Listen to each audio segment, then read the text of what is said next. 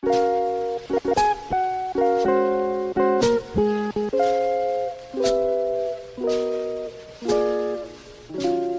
doy la bienvenida.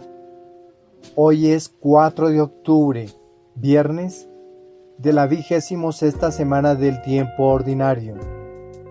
Suplicamos la intercesión en la memoria obligatoria de San Francisco de Asís, patrono de las ciudades de Sincelejo y Quibdó.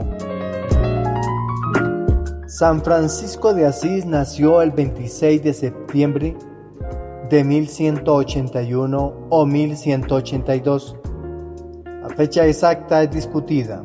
En Asís, una ciudad italiana de la región de Umbría.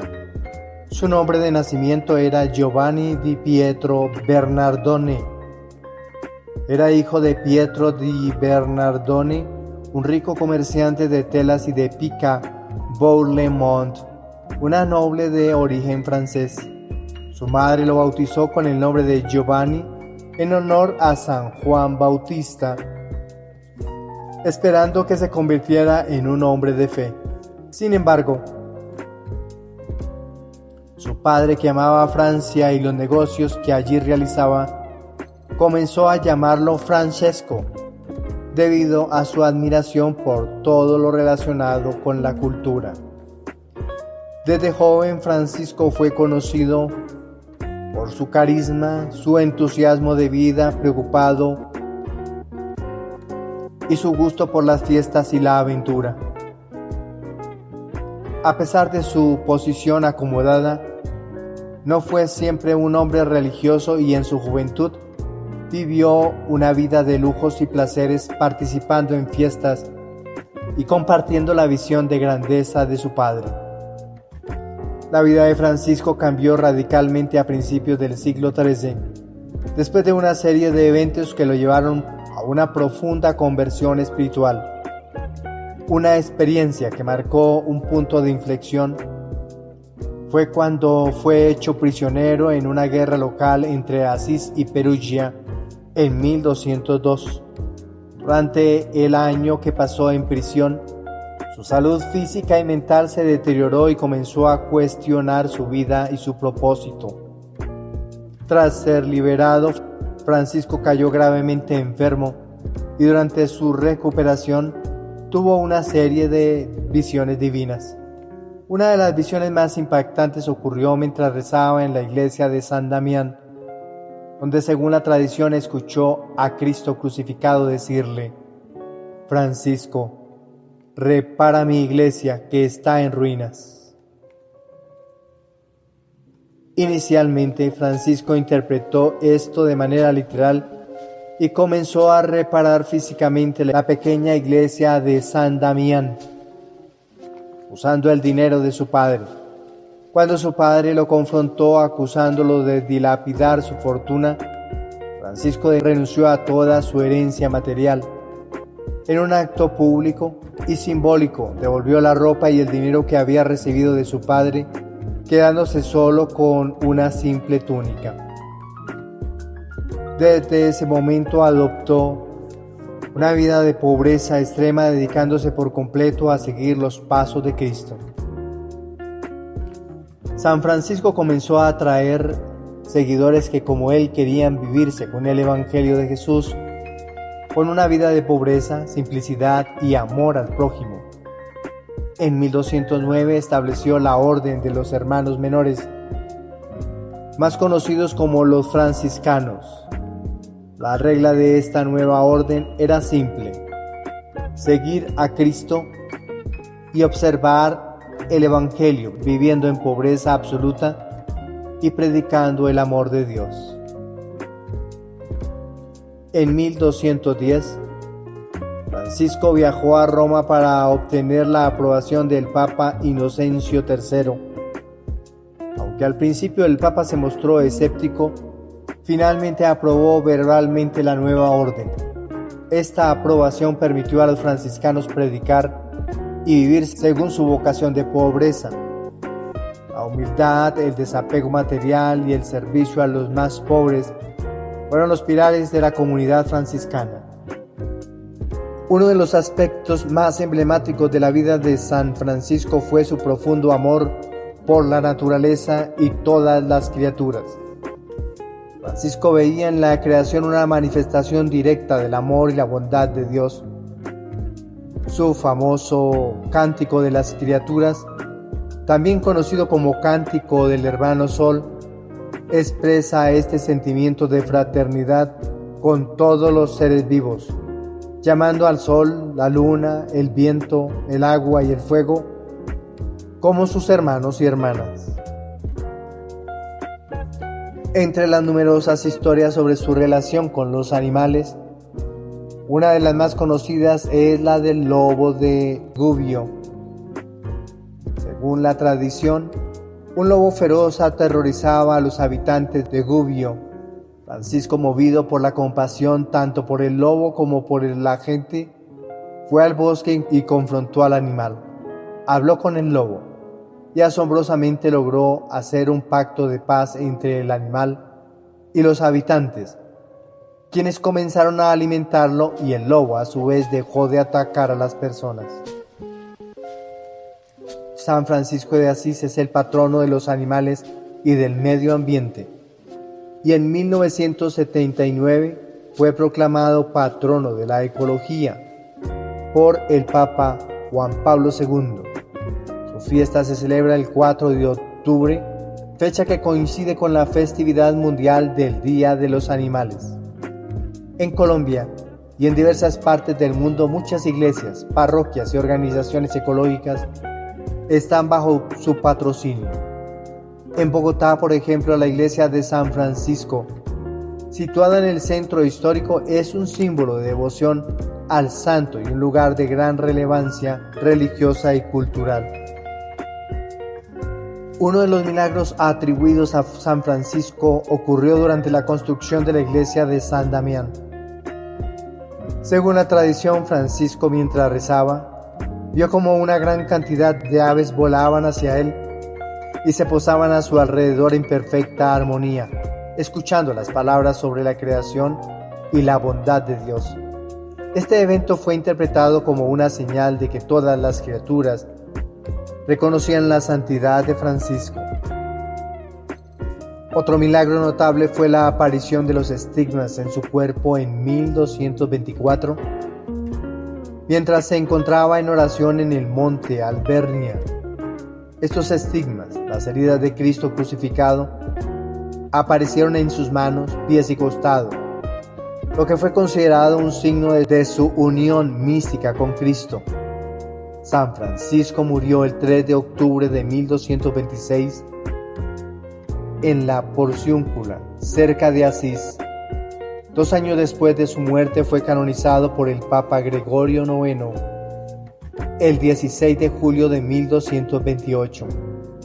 La rapidez de su canonización demuestra la profunda impresión que dejó su vida y su santidad en la Iglesia y en los fieles de su tiempo. Por eso hoy, 4 de octubre, pidamos a los santos, especialmente a San Francisco de Asís, para que nos ayuden a vivir en armonía con la creación, a valorar la sencillez de la vida y a encontrar a Dios en cada ser vivo que nos rodea.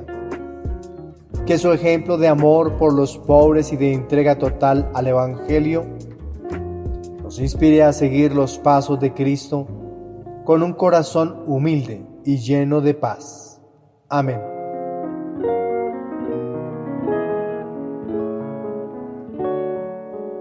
Le invito a disponer su oído, la mente, también el corazón, para proclamar el Evangelio propuesto para la liturgia de este día. Proclamo la buena noticia de nuestro Señor Jesucristo según San Lucas, capítulo 10, versículos desde el 13 hasta el 16.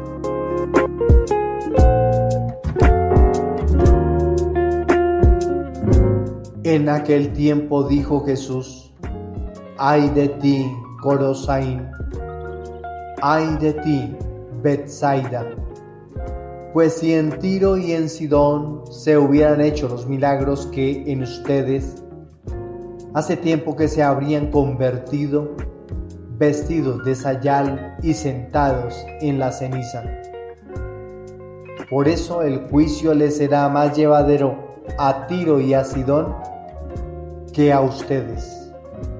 Y tú, Cafarnaún, ¿piensas escalar el cielo? Bajarás al abismo. Quien a ustedes escucha, a mí me escucha. Quien a ustedes rechaza, a mí me rechaza. Y quien me rechaza a mí, rechaza al que me ha enviado. Palabra del Señor. Nuestra reflexión para el día de hoy. La propuesta para la primera lectura es la continuación que venimos llevando del libro de Job, en su capítulo 38. El pasaje del día de hoy, versículo 1, versículos del 12 al 21 y capítulo 40, versículos del 3 al 5, se encuentra en una sección clave del libro de Job, donde finalmente interviene Yahvé. Después de que Job y sus amigos han debatido sobre el sufrimiento y la justicia y la relación entre Dios y el ser humano, este fragmento forma parte de lo que comúnmente se llama el discurso de Dios, que comienza en el capítulo 38 y culmina en el 42. Aquí Dios responde a Job no con una explicación directa sobre sus sufrimientos, sino con una serie de preguntas retóricas que revelan la limitación del conocimiento humano frente a la inmensidad de la creación divina. El nombre Job, en hebreo Iob, se puede traducir como el que vuelve a Dios o el perseguido. Este título resume gran parte de la temática del libro. Un hombre que, a pesar de ser fiel a Dios, sufre profundamente y busca respuestas a su dolor. Este libro es considerado una obra literaria y teológica de gran profundidad, probablemente escrita entre los siglos VI y IV a.C., en el contexto del exilio babilónico y posterior. Su objetivo es abordar el problema del mal y el sufrimiento humano desde una perspectiva poética y sapiencial, alejándose de las complicaciones simples o retributivas que se encuentran en otros textos del Antiguo Testamento. El libro de Job se enmarca dentro de la literatura sapiencial de Israel, junto con los libros de los Proverbios y el Eclesiastés. A diferencia de los otros textos sapienciales que proponen un enfoque más práctico y moralista de la vida, Job profundiza en una pregunta existencial sobre el sufrimiento del justo. El contexto histórico del exilio babilónico o el periodo posterior habría sido especialmente adecuado para esta obra, ya que los israelitas experimentaban el sufrimiento y la pérdida de la tierra prometida, preguntándose por qué Dios permitía que esto ocurriera. Profundicemos en sus versículos. Versículo 1 y versículos del 12 al 21. Versículo 1. Entonces respondió Yahvé a Job desde el seno de la tempestad y dijo. Este versículo establece la intervención de Dios en una tormenta. En hebreo, tormenta se hará una imagen que simboliza la manifestación divina y el poder que trasciende el entendimiento humano. Dios habla desde el caos para subrayar su autoridad sobre el orden del universo. Esta palabra hebrea simboliza la manifestación poderosa y misteriosa de Dios. Versículos del 12 hasta el 13. ¿Has mandado tú en tu vida a la mañana? ¿Has mostrado su lugar a la aurora, para que prenda los extremos de la tierra y sacuda de ella a los malvados? Dios comienza su discurso con una serie de preguntas que subrayan la ignorancia de Job sobre los misterios de la creación. La aurora es una metáfora para la revelación de la verdad y la justicia divina que el ser humano no puede controlar. Versículo 14. Ella se trueca en arcilla de sello, se tiñe lo mismo que un vestido. Esta imagen de la tierra como arcilla que toma forma bajo un sello hace referencia a la transformación que ocurre cuando la luz ilumina al mundo, lo que sugiere el poder creador de Dios sobre la naturaleza. Es una metáfora de cómo el caos toma forma a través del orden divino. Versículos del 19 hasta el 21. ¿Por dónde se va al sitio donde mora la luz y la oscuridad? ¿Dónde tiene su morada? Tú lo sabes porque entonces habías nacido y el número de tus días es grande. Aquí Dios desafía a Job sobre su conocimiento del universo, utilizando ironía divina para mostrar cuán insignificante es el conocimiento humano en comparación con el poder y la sabiduría de Dios. El texto hebreo dice: mora la luz. Or es luz. En el discurso de Dios, la luz simboliza el conocimiento divino y la revelación. Vamos al capítulo 40, versículos del 3 al 5, donde encontraremos la respuesta humilde de Job. Versículo 3.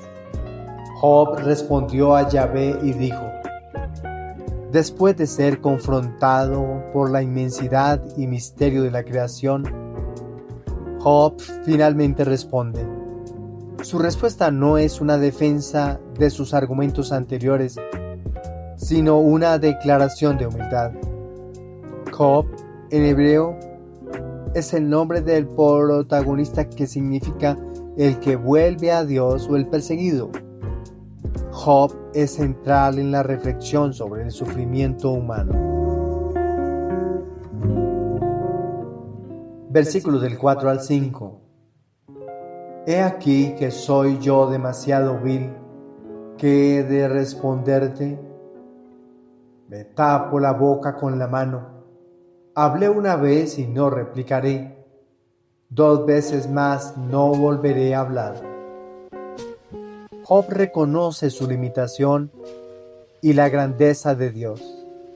El acto de tapar la boca es un símbolo de sumisión y reconocimiento de su incapacidad para comprender los designios divinos. Job ya no intenta justificar su inocencia y su sufrimiento. En cambio, se rinde ante la majestad de Dios. Jerónimo, al traducir la Vulgata, captó la profundidad poética del texto de Job. Señaló que este discurso de Dios debe entenderse como un recordatorio de la distancia entre el conocimiento humano y el divino. Para Jerónimo, Dios no está respondiendo a Job con lógica humana, sino con una revelación que trasciende la razón, mostrando que la verdadera fe implica confiar en Dios, incluso cuando no entendemos su proceder. San Agustín, en sus comentarios, veía en Job una prefiguración de Cristo, el siervo sufriente. Para Agustín, la respuesta de Job en estos versículos es un modelo de la sumisión total a la voluntad de Dios, una enseñanza sobre la humildad y la paciencia que todo cristiano debe aprender. El sufrimiento, según Agustín, es un misterio que solo puede ser comprendido a la luz de la fe y la confianza en el plan divino.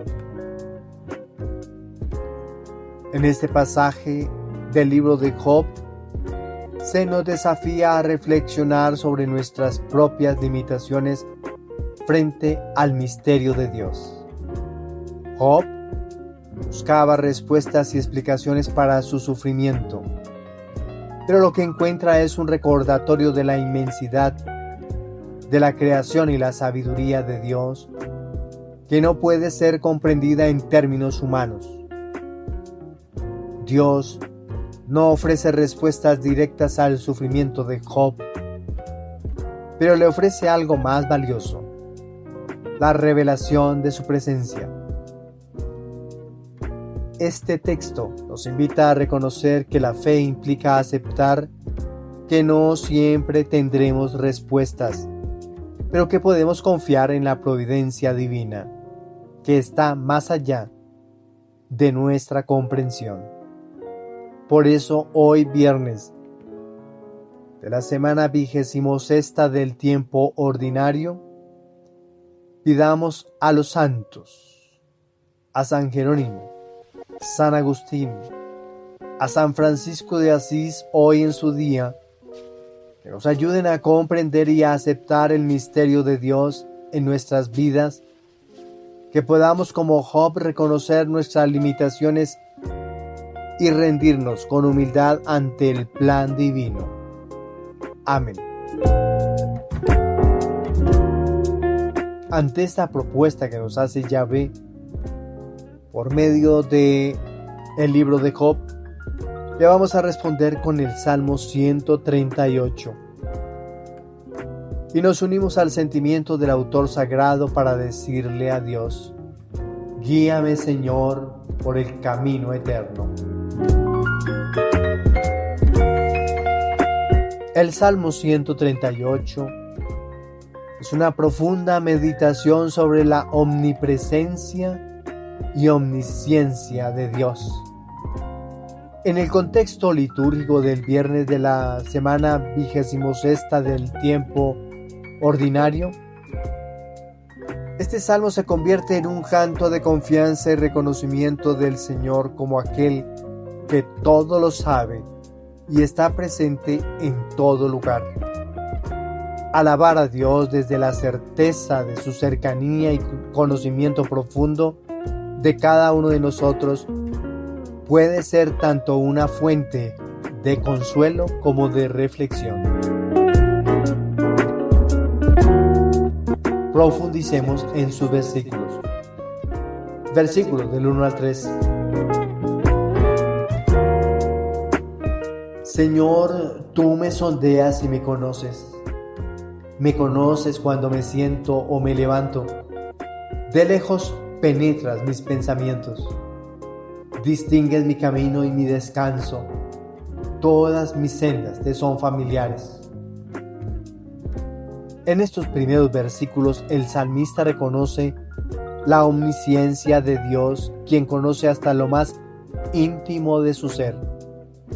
No hay acción, pensamiento o palabra que esté fuera del alcance del conocimiento divino.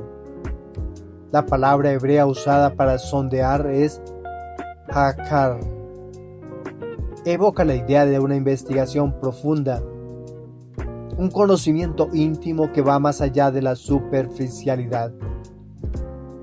Este conocimiento no es invasivo, sino amoroso y protector, lo que nos invita a vivir con una seguridad de que no estamos solos en nuestros caminos.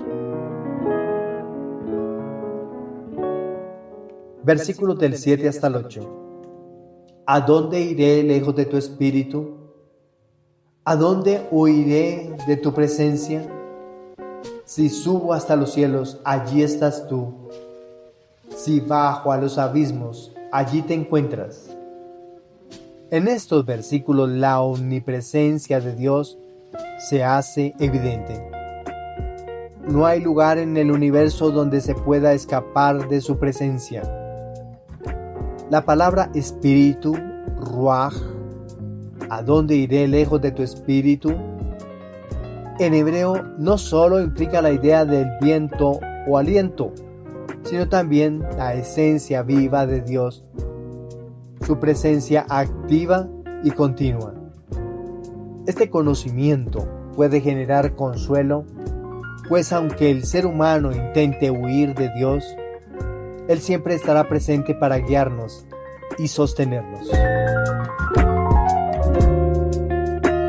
Versículos del 9 hasta el 10.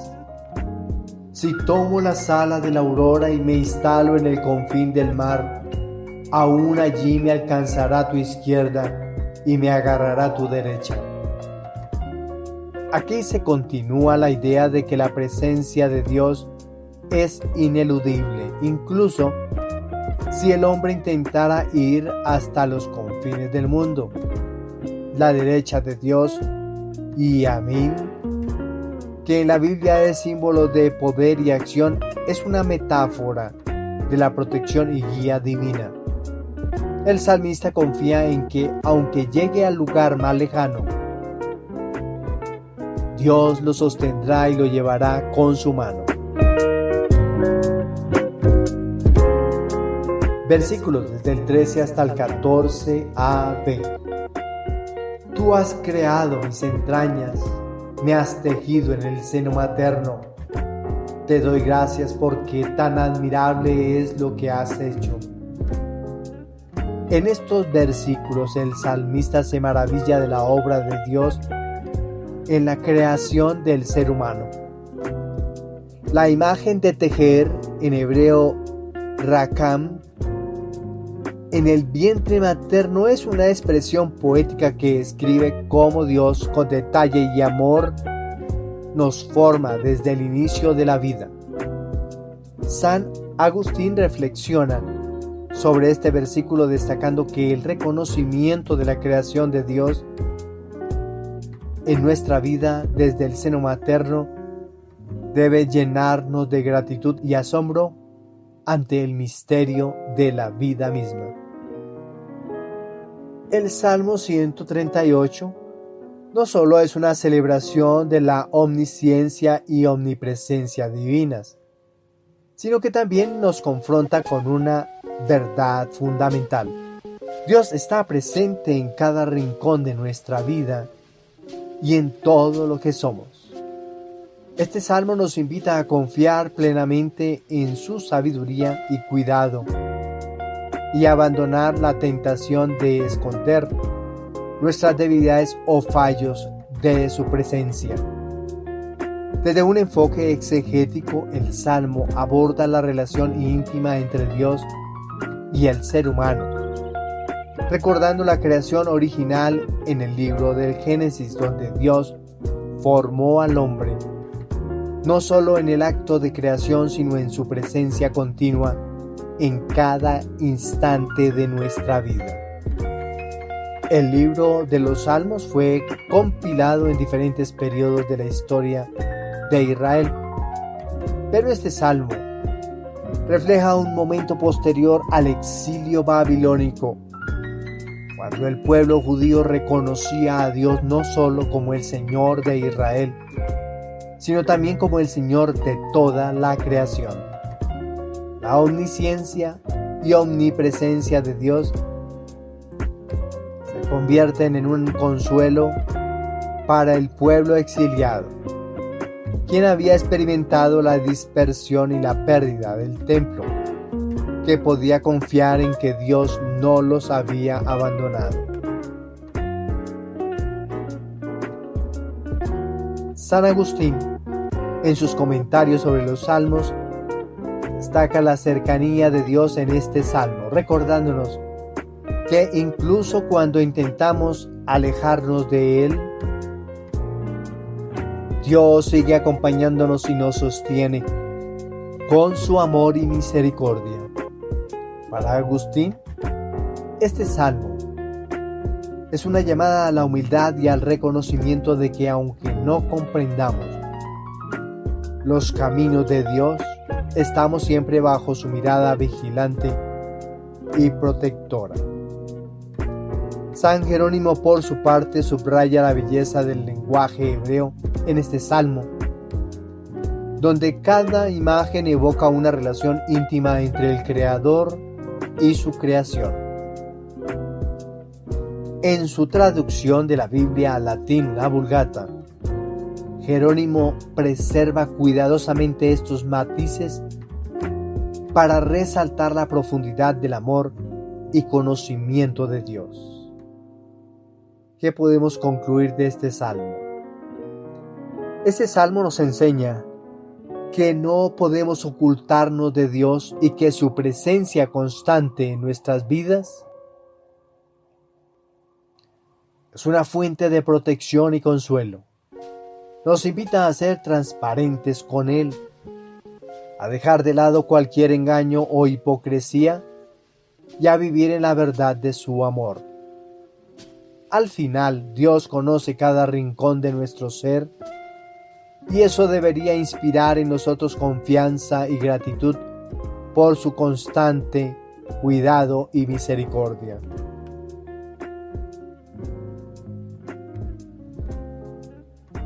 La propuesta del Evangelio. El Evangelio propuesto para este día es de San Lucas en su capítulo 10. En este pasaje del Evangelio de San Lucas, Jesús pronuncia una advertencia seria sobre la responsabilidad de escuchar y acoger el mensaje de salvación, contenido que está entre los versículos del 13 hasta el 16. Jesús se dirige especialmente a las ciudades que, a pesar de haber presenciado sus milagros y haber escuchado su enseñanza, no se han arrepentido. Este pasaje nos llama a reflexionar sobre la gravedad de rechazar la verdad revelada y las consecuencias de ignorar el mensaje de Dios. Profundicemos en sus versículos. Versículo 13. Ay de ti, Corazín, ay de ti, Betsaida, porque si en Tiro y Sidón se hubieran hecho los milagros que se han hecho en vosotras, hace tiempo que vestidas de sayal y sentadas en la ceniza, se habrían convertido. Comienza el versículo 13 diciendo, ay de ti, Corazín. Ay de ti, oh guay soy. Es una expresión de lamento y advertencia que indica una profunda tristeza ante la negativa de esas ciudades a arrepentirse y a acoger el mensaje de Jesús. Sigue diciendo el relato, porque si en Tiro y Sidón se hubieran hecho los milagros en griego dinamis, este término que también puede traducirse como poderes, se refiere a obras poderosas que Jesús realizó como signos de su autoridad divina. El versículo culmina diciendo que se han hecho en vosotras hace tiempo que vestidas de sayal y sentadas en la ceniza se habrían convertido. Sayal y ceniza, en griego, sacos y espodos. Estas eran formas de penitencia en el Antiguo Testamento, usadas como signos exteriores de arrepentimiento. Versículo 15. Y tú, Cafarnaún, ¿crees que serás encumbrada hasta el cielo? Hasta el Hades bajarás. Hades, en griego, en el contexto judío es el lugar de los muertos, la morada de los espíritus. Jesús contrasta aquí la arrogancia de Cafarnaúm con su destino final. Este pasaje debe entenderse en el contexto de la misión de los 72 discípulos que Jesús envió a las ciudades de Israel, según el relato contenido en el Evangelio de San Lucas capítulo 10, versículos del 1 hasta el 12. Estas ciudades mencionadas, Corazín, Betsaida y Cafarnaúm, habían sido testigos de muchos milagros y enseñanzas de Jesús, pero no respondieron con arrepentimiento. Por otro lado, Tiro y Sidón, ciudades paganas, se presentan como ejemplos de lugares que hubieran respondido con mayor fervor a los signos y enseñanzas de Jesús si se les hubiera dado la oportunidad.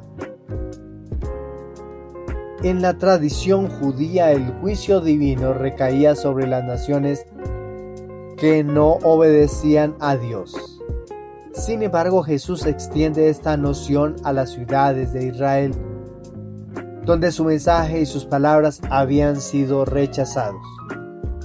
Esto demuestra que el criterio de juicio no se basa únicamente en pertenecer al pueblo elegido, sino en la respuesta personal al llamado divino. San Jerónimo, en su comentario al Evangelio de Lucas, señala que este pasaje es un llamado a la conversión urgente. Para Jerónimo, el lamento de Jesús sobre Corazín y Betsaida es un ejemplo de la paciencia divina frente a la obstinación humana y cómo incluso los milagros más evidentes pueden ser ignorados por corazones endurecidos.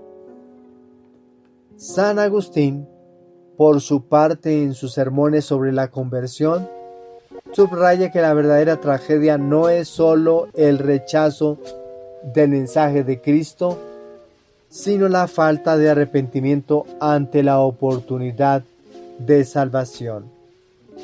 Agustín enfatiza la necesidad de no solo oír las palabras de Jesús, sino de permitir que transformen el corazón. El Evangelio propuesto para este día de San Lucas, en su capítulo 10, versículos del 13 al 16, nos confronta con la idea de la responsabilidad ante la revelación divina. Jesús pronuncia un juicio sobre aquellos que han sido testigos de sus milagros, pero se han negado a arrepentirse. Esto resalta la importancia de acoger el mensaje de Jesús, no solo con los oídos, sino con el corazón dispuesto a cambiarlo. La advertencia contra Corazín, Betsaida y Cafarnaúm nos recuerdan que los dones y oportunidades espirituales que recibimos no deben ser tomados a la ligera. La indiferencia y la falta de respuesta a la gracia de Dios nos colocan en una posición vulnerable ante el juicio divino. Por otro lado, la declaración, el que a vosotros os escucha, a mí me escucha. El que a vosotros os rechaza, a mí me rechaza. Resalta el papel crucial de los discípulos y mensajeros de Jesús. En el contexto del discipulado, recibir a los enviados de Cristo es recibir al mismo Cristo, lo que subraya la unidad entre Jesús y sus enviados. Imagina una gran presa construida por el hombre para contener el agua de un río poderoso. Día tras día la presa cumple su función protegiendo a las aldeas cercanas y proporcionando agua para el riego. Pero poco a poco comienza a aparecer pequeñas grietas en la estructura. Los ingenieros las ven pero deciden no hacer nada. Son solo pequeñas grietas, piensan. No causan ningún daño. Sin embargo, con el tiempo esas pequeñas grietas crecen y en un fatídico día la presa colapsa liberando un torrente de agua que destruye todo a su paso. Así es con la respuesta del mensaje de Dios. Ignorar las advertencias y los llamados al arrepentimiento puede parecer inofensivo al principio, como las pequeñas grietas en la presa. Pero con el tiempo, esta indiferencia puede acumularse y llevar a una situación irreparable, donde el juicio y las consecuencias del rechazo se hacen inevitables. Cuando la lluvia cae sobre la tierra, el suelo tiene la oportunidad de absorber el agua y nutrirse. Pero si el terreno es árido y rocoso, el agua simplemente fluye sin penetrar. De la misma manera, el mensaje de Cristo cae sobre todos los corazones, pero solo aquellos que están dispuestos a recibirlo con humildad y arrepentimiento son capaces de absorber su gracia y transformarse. Los corazones duros, como la tierra árida, dejan pasar la oportunidad y eventualmente se secan por falta de vida. El pasaje que hoy hemos proclamado del Evangelio según San Lucas, su capítulo 10, versículos del 13 al 16, es una advertencia seria sobre la responsabilidad que conlleva recibir la enseñanza de Jesús. Nos invita a reflexionar sobre cómo estamos respondiendo al llamado divino en nuestras vidas. Al igual que las ciudades mencionadas, cada uno de nosotros es llamado a arrepentirse y a reconocer y a acoger el mensaje de salvación, sabiendo que nuestra respuesta tiene implicaciones eternas. La clave está en abrir nuestros corazones a la gracia y no dejar pasar las oportunidades de conversión. Para todos un feliz día, feliz fin de semana. Que el Señor nos siga colmando de su alegría, como también de su bendición. Felicidades.